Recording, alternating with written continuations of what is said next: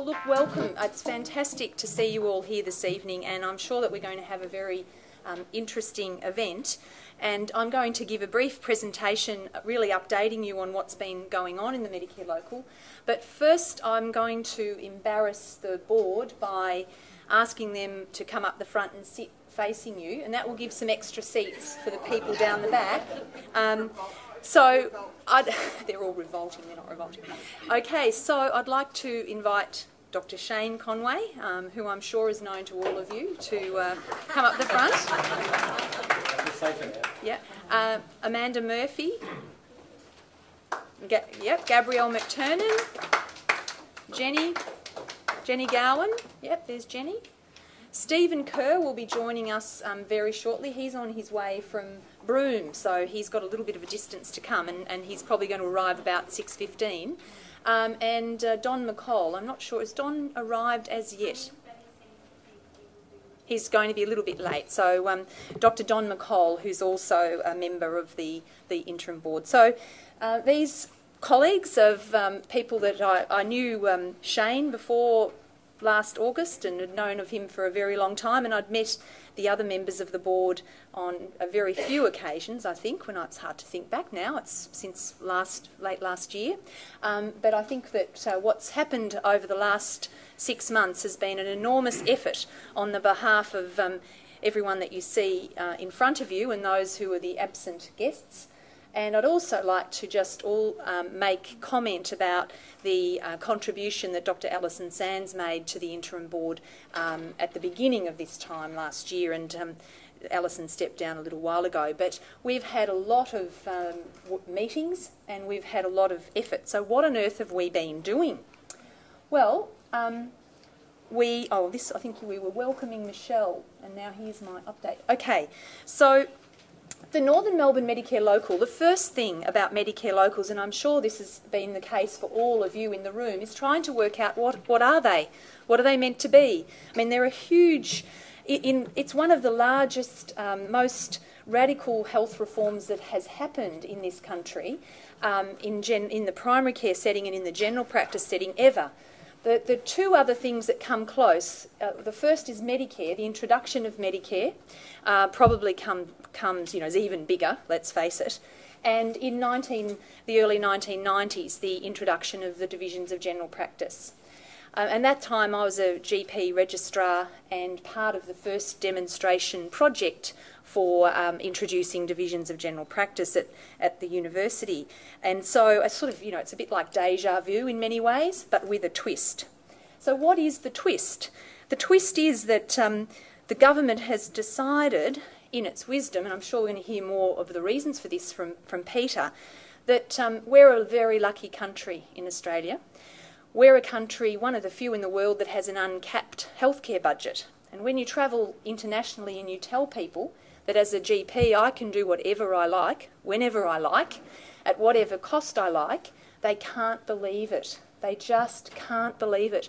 And then you sort of think, well, we're just a lucky country, and we have a lot of minerals in the ground, which have sort of kept us going for a long time, I suppose, or that's what we're told. It's due to the minerals boom. But I think anyone who has a senior policy position, the Prime Minister down, the Cabinet, the Opposition, they're at the Treasury, they're all wondering, when is it going to come to Australia, this big pinch on the dollar? And one of the things we don't want to happen, we're very proud of our healthcare system.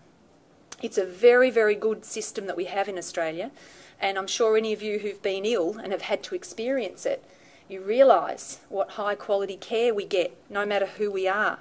And we want to keep it that way, but how can we keep it that way when it's costing so much money? And the population is ageing, and chronic disease is rising, and we have to do something about it. So one of the things is to introduce Medicare Locals. And there's 9 metropolitan Medicare Locals, and we're one of them in the Northern Melbourne region. And you can see up there the metropolitan region with the boundaries there. There was a huge kerfuffle over where the boundaries should be. We won't even talk about that. But this is the boundary. These are the areas that the Northern Melbourne Medicare Local covers. And you can see it's very large. it is, and what is the remit? The board, the board of directors has signed up to being directors with ASIC, company limited by guarantee, that's going to make sure that the company, Medicare Local, actually does what it's funded to do.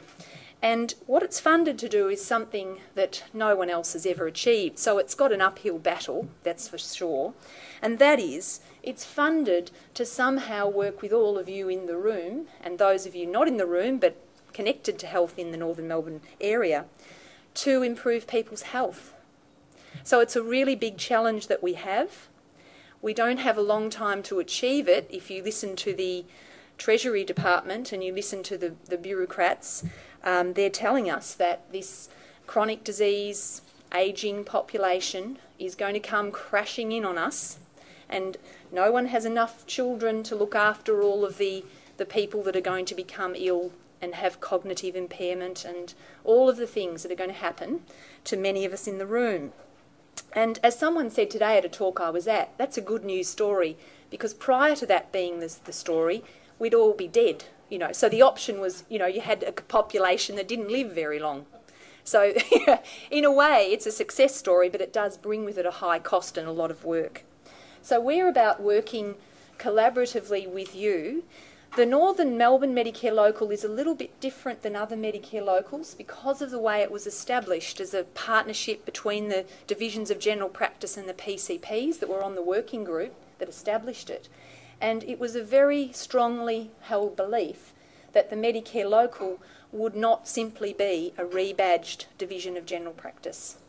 And around the country, some of the Medicare Locals are that, and they're struggling to engage with the broader sector. And others have done all sorts of things, with some rolling in and some half rolling in and half rolling out, and there's all sorts of things behind the scenes happening with Medicare Locals. But the Northern one, the one that we're here about tonight, is really about ensuring that people get the right health care in the right place at the right time, and doing that in a collaborative way with all of you to work out how to do it best. And, it's not an easy task, as any of you would know. So we need a lot of collaboration, because the community that we serve, and I don't need to tell you, I trained here and I did my early general practice here, and, working in various practices. So I've got lived here for many years. I've got an idea of what happens in the community, but I haven't been here for a number of years now, about 16 to be exact. And however, it's very diverse. There's affluent areas with very stable populations, Ivanhoe, all of the area over to towards that side, and there's areas of socio-economic disadvantage. There's pockets of recently arrived refugees, and there's a population that's going to double in the next 13 years, and that's the aged population, those over 65. We also have some of the fastest growing area in the country in terms of population growth, and that's out in the area out towards Whittlesea, Hume. We also have very culturally diverse, more than 55 cultures represented amongst our population. We have the largest Indigenous population in Melbourne, and the second largest, I think, in Victoria. And we have many young families moving into the area. So these are, big challenges that we're being set. But the vision for the Northern Melbourne Medicare Local is the better health outcomes for the people that live in the area. That's the task the government has set us. That's the contract we have with the Department of Health and Ageing. That's what the board members have to face up to, thinking about how we deliver that. It's a big ask. But being an optimist, I think if we work together, we'll be able to make a difference. But that's very optimistic, and I think there's a lot of things that could stand in our way. I would also like to just make special thanks to the people that are on these slides that I'm showing, and they're the people we're here about. These are people that live in the Northern Melbourne catchment. Susan Vale, who's the Policy and Engagement Officer for the Director of Policy and Engagement. Where are you, Susan? There she is, down the back, organised the evening. She was out and about with Joe, who's busy snapping away there still with the camera, taking photographs of people that live in our area. And I think whenever things get tough for the board, we all have to remember that it's about the people that live here. And it's about the other thing that the board has been really strongly committed to is making sure that we operate in a transparent, strategic and collaborative way. That isn't about our own potentially vested interests. It's about the interests of the people that live in the region, and that's what has to drive what we do. It's what we've all signed up to as directors of the Northern Melbourne Medicare Local, and I can guarantee you that the board members here before you have taken that extremely seriously, and I think have been doing an excellent job of keeping that in mind. So we want to get care for the people on this slide at the right place in the right time for them. And we've done it in a number of ways. And this is early days for the Medicare Local. So all of these things are in early, there's plenty of time for you all to contribute in many different ways. But these are the big ticket issues for the Northern region. The first is improving after-hours services. The second's managing chronic disease better. The third's working together at a broader thing, anything we can do that might help improve the health of the community, and particularly the health of the large Aboriginal and Torres Strait Islander community within our region. We also know another high needs group are the people with mental health problems. We also know that this area, because of the growing population in particular, but also because of the ageing workforce, really needs a strong primary care workforce. We need to attract GPs to the region, allied health professionals, nurses, psychologists, physiotherapists, the whole gamut of the healthcare workforce. And we need to work really hard now to have them here for 10 to 15 years' time. You know, if you speak to my general practice colleagues, will tell me that it's very difficult for them to get new staff. It's almost impossible to convince young doctors to become partners and have all of the problems of running their own business. They don't want to do it. So we have to really get organised, and that's a key thing for the Medicare Local. And obviously, you know, with the ageing population, how we're going to go about supporting that doubling of the numbers over 65 by 2013, it's not far away, is it? It's pretty close, is almost, you know, that's going to be extremely difficult.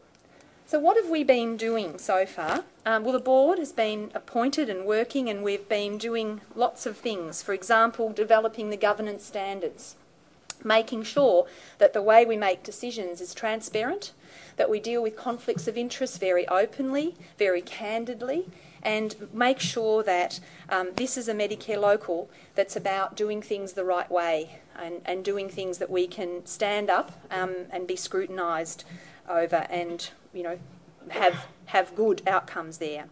We've had a lot of work around strategic planning, and the strategic plan has been approved by Department of Health and Ageing. We've appointed our CEO, and Michelle Thompson is our MC tonight. We also have appointed 5 integration officers that will be commencing work in the next coming days, and they'll be allocated to a local government area, and they'll be coming around and getting to know all of you over the coming weeks and months. We also have appointed Susan Vale as the person who's organised tonight, and various administrative staff, but there's also more staff to come on board. We've called for applications for the Strategic Advisory Committee, and we've been really pleased to receive excellent expressions of interest for that committee. And now we have the problem of working out exactly how to make the most of that. So that's a good problem to have. We've completed a lot of work around after hours in the region, and needs assessment and thinking about ways that we might be able to address the issue. And we've been obviously working with the 2 major hospitals in the catchment, Northern and Austin Health, over how we might do that better. And Northern Health in particular, the Minister for Health here, the Minister Davies, has given an in-principle support to us actually doing an innovative project around demand management at Northern. We have a communications plan, and today our website was launched, but it's on the next slide, so I won't. I've just gone ahead of myself. The database of members, that's been a huge effort. Getting the database up and running and collating all of the information provided to us from the divisions of general practice and various groups, and working out duplicates and all the rest, and adding people, etc. It's been a huge effort. The newsletter, I hope you've all received a copy of that and that you found it interesting. The other major piece of work, which has been an absolutely huge piece of work, and I do note all of the effort that Michelle Thompson's put into this, it was very strongly believed that the services within the Medicare Local should be put out for tender. And so that's a very easy thing to say. It's a very hard thing to actually do and put into a process and have it done transparently, rigorously, at arm's length, with all of the checks and balances. It's a huge amount of work. And I'm pleased to say that we have completed that process. Tenders have come in, they've all been assessed. None of the board have any idea unless they're a part of a tender, and if they're a part of a tender, the board's being kept completely out of this because of the potential conflict of interest. But we will be announcing those over the next week. Michelle is nodding, yes. So what we want to do over the next month is to ensure that there's a seamless transition between the excellent services that you're all getting today from the division of general practice that serves you if you're a GP, and that continues after July. The staff of the Medicare Local have commenced practice visits, and that I hope that some of you have received a visit and that you've found it informative, and we certainly have been hearing as a board what you've said comes back at the meetings, and that's really helpful. And we're planning we have a whole list of future events planned, and they will be announced on our website, which is now live, and I encourage you to go and have a look at the website, give us any feedback. If you notice mistakes, tell us, but I know that Susan has put a lot of effort into trying to ensure that we don't have mistakes there, but we would like to know about them if you notice them. So the next steps, what we'd like to do is to work with you here tonight. I mean, the fact you've bothered to come out on a horrible dull evening when I'm sure all of you would like to be at home, getting home and being with your families, is that we really appreciate that. We want to engage you in the work of the Medicare Local. We want to do it more than in a tokenistic way. We want the Medicare Local to be something that is of use to you, and that you are of use to the Medicare Local, because all of us are the Medicare Local. It's not some kind of separate building that's going to throw money out the window to people and that's it. The Medicare Local, with the challenges it has, can only work if it's a partnership. It's not going to have a dent in one person's health. The chair of the board of Melbourne Health, who's a ex-politician, probably well known to many of you, wagged his finger across the board table at a member of their board and said, "I'll think Medicare Locals are okay when you can bring me one person whose life it's made a difference to." So what I'd love to do one day is to march a whole lot of people into their boardroom and say, these are the people we've made a difference to. And I think that will be whether we have made a difference, if we can do that. If all we make a difference to is the lives of health professionals, in some, by CPD or something like that, without being able to see any evidence that it's had a flow-on effect, we will have failed, in my mind, because that's the real challenge of Medicare Locals. So we want to know what services from the Medicare Local, or ways of working with the Medicare Local, would help you to be able to find those people to take to the various groups who are very sceptical, who are going to say, well, actually, my life changed a lot. It's really different now. And that's a hard, when you think about actually doing that, it's a hard call. We'd like to know the kind of CPD or networking activities that might help you achieve that goal. Because the Medicare Local doesn't deliver healthcare service, so it's going to have a hard job to improve the health of people living in it if it's not working with the healthcare professionals who deliver the service. So you're absolutely key, and getting to know each other is one of the ways that we think will help to make this big goal achievable. So we want to know how we can best work with you. We welcome your input. And I have been really provocative this evening because I've asked Peter Brooks to be our speaker. And how many of you have heard Peter speak before? One person. Okay, well, you can always leave now. No, I'm being, but I think you'll agree with me. I asked Peter to come and really sort of paint the picture for what he would say to Medicare locals and just starting out and health reform and all the rest. And I'm so delighted that you agreed to come, because I know there's a lot of demands on Peter's time, but we're very appreciative of you coming here this evening, and we look forward to being challenged by you. Thank you, Peter. Over to you.